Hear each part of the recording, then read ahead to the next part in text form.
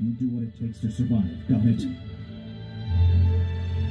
We'll see you really soon. Goodbye.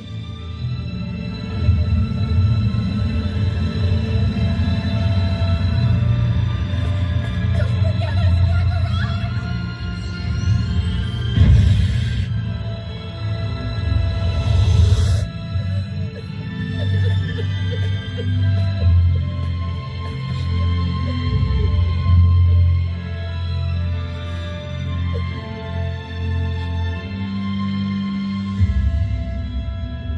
But without the Saiyans, our fighting force would be drastically reduced, almost by half. My troops will still be able to get by.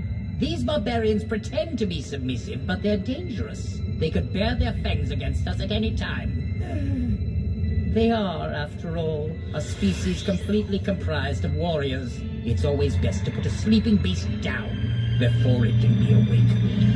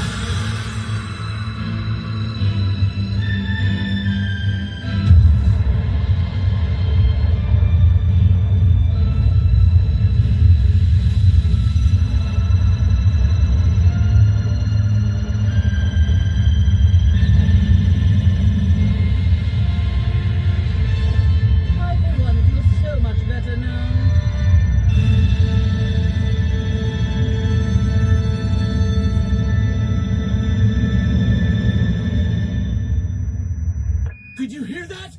Something wrong? We got a message from the Frieza force. A meteor collided with planet Vegeta and... What? Our whole world was obliterated! Impossible! That means most of the Saiyan race was completely wiped out. But how? They should have detected the approaching meteor. Well, I guess we're pretty lucky, aren't we? It's a good thing we decided to ignore Frieza's order to head home. I'll never get to be King Vegeta. Vegeta, you have a brother, don't you? Oh, yeah, I wonder if he got blown up too. Huh, not that it matters. And you had a brother as well. Yeah, but he was just gonna be a lower-class warrior. He was still at home sleeping in a nursing capsule. A disgrace. Wait, I think Mom said she sent Kakarot off the planet in a pod, though. Oh well, I couldn't care any less. Shalom. I want to start off by giving all praises, honor, and glory to Yahweh, by Hashem Yahushua, by Hashem Rakakwadash, double honors to the apostles and elders of Great Millstone. Salutation to the elect scattered abroad throughout the four corners of the earth. My name is Amon Gabar, back with another lesson, Lord willing, to edify and to feed the lambs of Yahweh Hashem Yahushua through the Holy Spirit Rakakwadash. All right, now I was watching this movie that you've seen in the intro. It's a Dragon Ball. It's a Dragon Ball Z movie, and this one is based off of, you know, Broly. He's the main character in this particular film. And Dragon Ball Z is an anime. It came out, I believe, in the early '90s. You know, I grew up watching it. A lot of you brothers out there, you know, you grew up watching it also. You know, it's probably like one of the, you know, most favorable animes, you know, amongst Jake. You know, it's a good anime. But anyway, you know, I was also watching the brother Shaman's video that he did concerning Solomon's riders. Alright, and you know how they used to put gold dust in their hair, just like King Solomon did. And you know, it kind of made me want to do like a response lesson to this, kind of, right? Which is why I'm doing this video, but this is a different take on it. And you know, what you see in the intro is a guy who destroyed that planet is a guy by the name of Frieza. Alright, and when I was watching the movie, it reminded me of one thing. you know, the Saiyan race, which the people that got destroyed, they're called the Saiyans. And the Saiyan race reminds me of the Israelites because they were a race of warriors, and at that time they were being oppressed by Frieza, the guy that destroyed that planet, or they were being oppressed by his father, who later passed on, and Frieza took the torch. All right, and they weren't being oppressed as bad when Frieza's father was in power, but when Frieza, the guy that destroyed the planet, came into power, they were being oppressed rigorously. And Frieza, the reason why he destroyed the planet, reminded me of Exodus, the first chapter, when, you know, matter of fact, I'm gonna read it, but Exodus, the first chapter, is for the exact reason why Frieza destroyed planet Vegeta, which planet Vegeta is the planet where all the Saiyans dwelt. All right, and I'm gonna read it. This is Exodus, the first chapter, and I'm gonna just jump to 7. Matter of fact, I'll get to the point 6. It says, and Joseph died and all his brethren. Matter of fact, let me start at the top.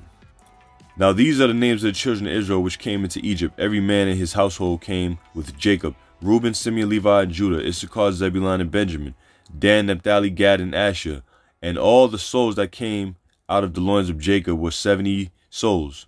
For Joseph was already in Egypt, and Joseph died and all his brethren and all that generation.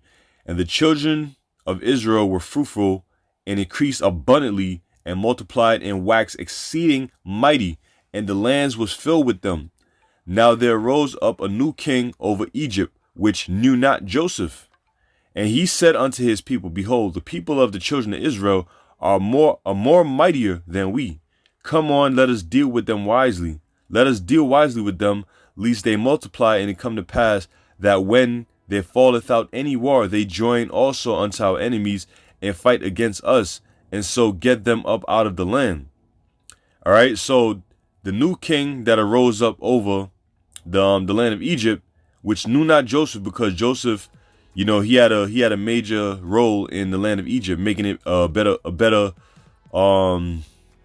empire. All right, but this king didn't know Joseph, so this king felt threatened by the Israelites because the Israelites were increased in number. They were fruitful, they increased in number, they multiplied, and they waxed exceeding mighty. Right? As Israelites, we are a mighty force. We're a mighty people. We're great people. And we are a threat to Esau even to this day. All right, that's why Esau's best advantage over us is to have us destroyed and killing each other. That's an advantage over him. You know, now if Israel was to band together and come together, you know, Esau would be completely threatened. Just like how this new king in Egypt was threatened, and just like how, as you see in the intro, Frieza, he was threatened. All right, he was threatened, so his only move was to destroy the entire planet. All right, for you brothers that know the storyline, and for you brothers that are now, you know, watching this this video. All right, so it says, come on, let us deal wisely with them, lest they multiply, and it come to pass that when there falleth out any war, they join also unto our enemies and fight against us, and so get them up out of the land. Now the race of Saiyans, the Saiyan race, were a warrior race, and they were fighting for the Frieza force. All right, they was fighting for the Frieza force, so they were already allies with, you know, this guy Frieza. Okay, so it says, therefore they did set over them taskmasters to afflict them with burdens, and they built for Pharaoh treasure cities, Pithom and Ramesses. But the more they afflicted them, the more they multiplied and grew, and they were grieved because of the children of Israel. All right, and the Egyptians made the children of Israel to serve with rigor. Now, if it was up to the Egyptians, they would want to destroy us, to kill us. All right, but we were, you know, the Lord said that we wouldn't be destroyed as a nation, that not, you know, that that Israel will be forever. All right, it says, and the Egyptians made Israel to serve with rigor, and they made their lives bitter with hard bondage, in mortar and brick, and in all manner of service in the field. All the service wherein they made them to serve was with rigor. So, you know, the Egyptians, you know, pretty much put us in hardcore bondage, in hardcore slavery, all right, to destroy us as a people. All right, but here you have it in the way these, you know, because these animes, you know, these gooks make them, and a lot of these animes are Jake's spiritual powers, man, being made manifest into these cartoons, all right, or these animations, all right, and the imagination that they got, you know, which was inspired for, you know, for them to make these films, was inspiration from the Most High, because who enjoy these things more than anybody else? Jake, you know, because inside, deep inside, we know that spiritual powers is gonna come. You know, we feel it. You know, that's why when we grew up watching these cartoons, these animes, we used to try to imitate them. You know, we used to, you know, you grew up with siblings, we used to, or cousins, we used to be like, we used to claim which character we were, and et cetera, et cetera. You know, but you know, hey, I just wanted to bring this little lesson out, man. I was watching the brother Shaman's video on this, and the brother Ramah out there in the UK also did a response video, you know, to the brother Shaman's video. So, you know, that was just, you know, just a spiritual take on you know, this anime. So anyway, I'm gonna end it there. Until next time, I say shalom to your elect. But without the Saiyans, our fighting force would be drastically reduced, almost by half. My troops will still be able to get by. These barbarians pretend to be submissive, but they're dangerous. They could bare their fangs against us at any time. They are, after all, a species completely comprised of warriors. It's always best to put a sleeping beast down before it can be awakened.